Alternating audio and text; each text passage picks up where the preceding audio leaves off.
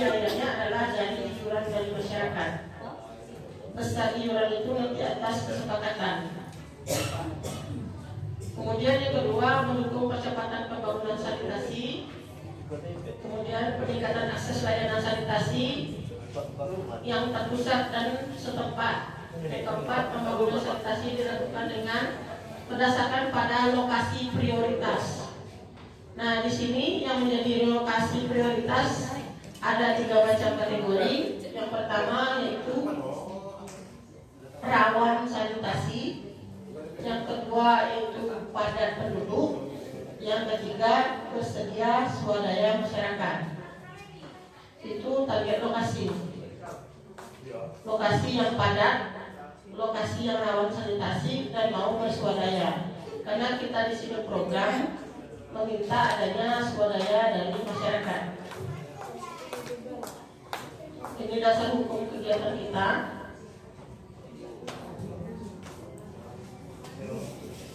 Nah, ini nantinya pengembangan dan pembangunan sistem pengelolaan air limbah domestik terpusat.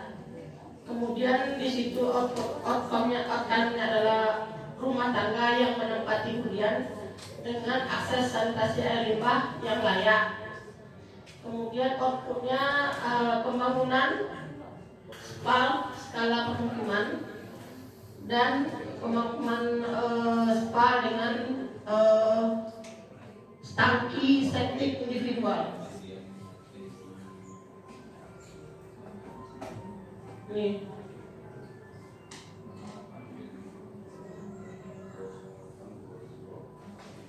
Nah, itu pembangunan reguler untuk menu kegiatan DAK sanitasi tahun 2022 untuk reguler, yaitu untuk sektor limbah. Menu kegiatan yang disediakan adalah pengembangan dan pembangunan sistem pengelolaan air limbah, antara lain 1. Pembangunan IPAL skala permukiman minimal 50 kk, dan kita di sini kabarnya dapat 60 kk. Kemudian pembangunan IPAL skala permukiman domestik MCK minimal 50 kk, dan selanjutnya itu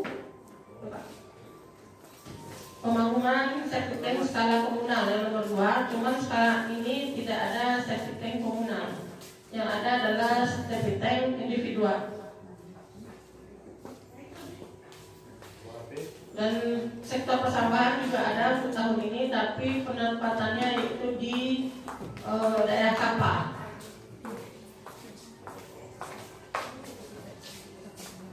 Perlu kami tekankan di sini, DAK sanitasi berfokus pada penyediaan septic tank. Yang menjadi swadaya dari masyarakat adalah mau menyediakan WC atau tempat jongkoknya, atau kita biasa sebut klosetnya, dan mau menyediakan kamar mandi. Tidak harus kamar mandi yang mewah, yang penting kamar mandi itu tertutup bagian atas dan tertutup di lingkungan sekitarnya. Itu swadaya yang kami akan mintakan nantinya. Jadi kami berfokus pada penyediaan septic tank.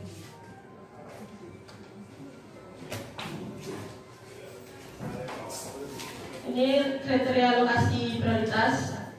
DAK Distrik Reguler Bidang Sanitasi dapat diikuti oleh seluruh kabupaten kota, termasuk desa, kelurahan. Penurunan stunting dan diprioritaskan bagi yang belum mendapatkan intervensi dari pusat, dan DAK untuk penanganan stunting. Jadi di garis bawah ini di sini adalah targetnya adalah lokasi dengan tingkat stunting yang tinggi.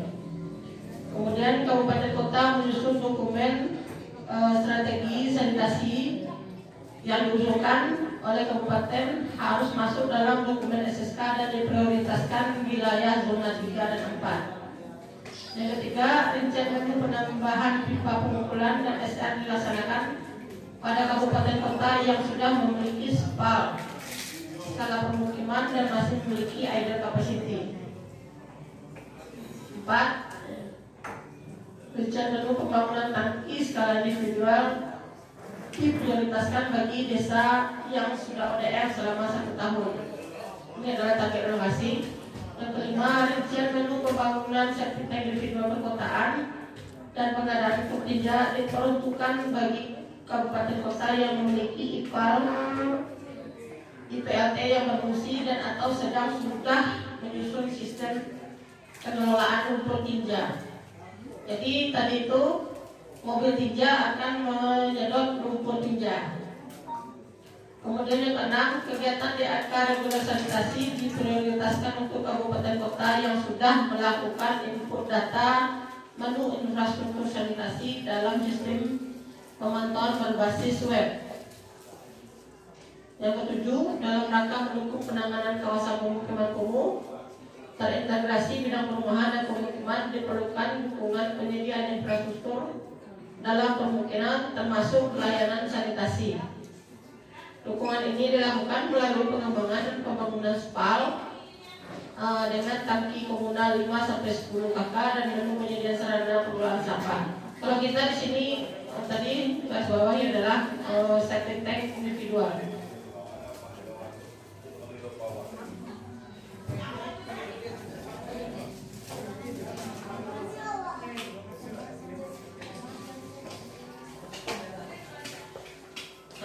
Adapun lokasi prasarana air limbah domestik yang kita cari sasarannya adalah kepadatan penduduk tadi maksimal 150 jiwa per hektar.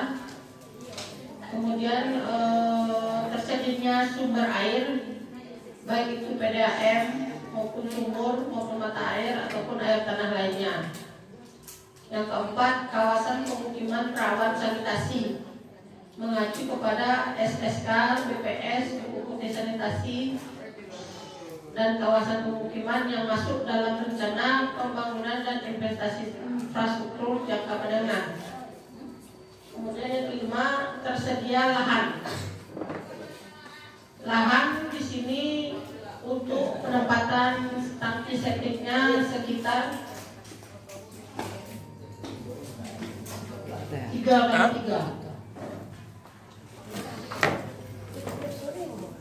Tangki septiknya 3x3. Itu ketersediaan lahan yang diminta. Kemudian tersedia sumber listrik dan adanya badan air menerima untuk menerima hasil olahan air limbah domestik.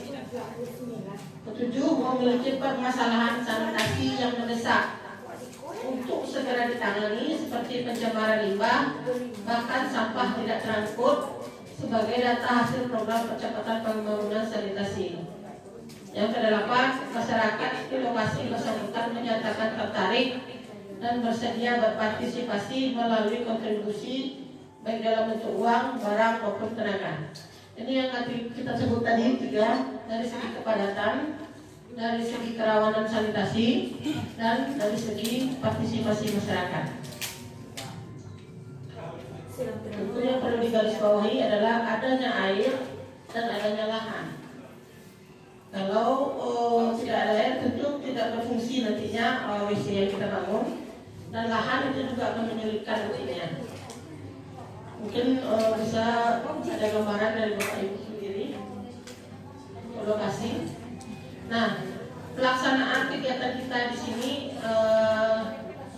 ada dua cara. Yang pertama kontraktor dan swakelola. Dan untuk kita saat ini kita melakukan swakelola. Jadi kita akan membentuk yang namanya kelompok swadaya masyarakat KSM yang berasal dari bapak-bapak atau ibu-ibu yang menjadi penerima manfaat DAK sanitasi. Kalau kata Pak Wali tadi sekitar 60 rumah. Jadi mereka yang akan terbentuk dalam satu KSM Nagari. Nanti kami di sini akan mendampingi untuk dalam hal program ada dana yang harus dipertanggungjawabkan dan ada kegiatan yang harus dilaksanakan. Dan TFL di sini akan mendampingi dalam proses tersebut. Ini jalur stakeholder.